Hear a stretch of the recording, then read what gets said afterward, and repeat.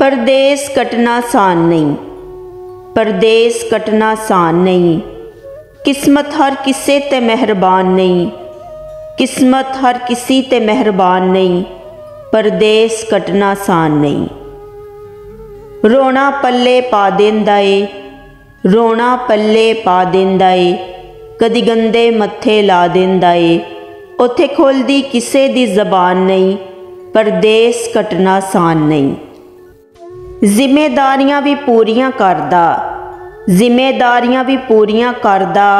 घर दे विच भी पैसे कलदा, भावें रही जान विच जान नहीं। परदेस कटना सान नहीं। यारी दोस्ती छुट जांदी ए, यारी दोस्ती छुट जांदी ए। काल चैट भी मुक जांदी ए।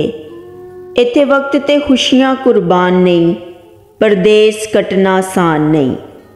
अपने आप नू भुल गया वां, अपने आप नू भुल गया वां।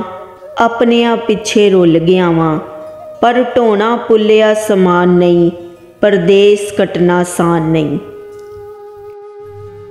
परदेस मेरे ते तरस न खांदा, परदेस मेरे ते तरस न खांदा।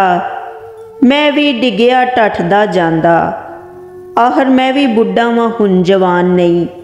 परदेस कटना सान नहीं। कई परदेस विच मर जांदे ने, कई परदेस विच मर जांदे ने। लंबे होके पर जांदे ने, फिर सारियां आसां मुक जांदियां ने। जदों साह दियां कड़ियां टुट जांदियां ने। फिर परदेस तो चंगा पाकिस्तान नहीं, फिर परदेस तो चंगा पाकिस्तान नहीं।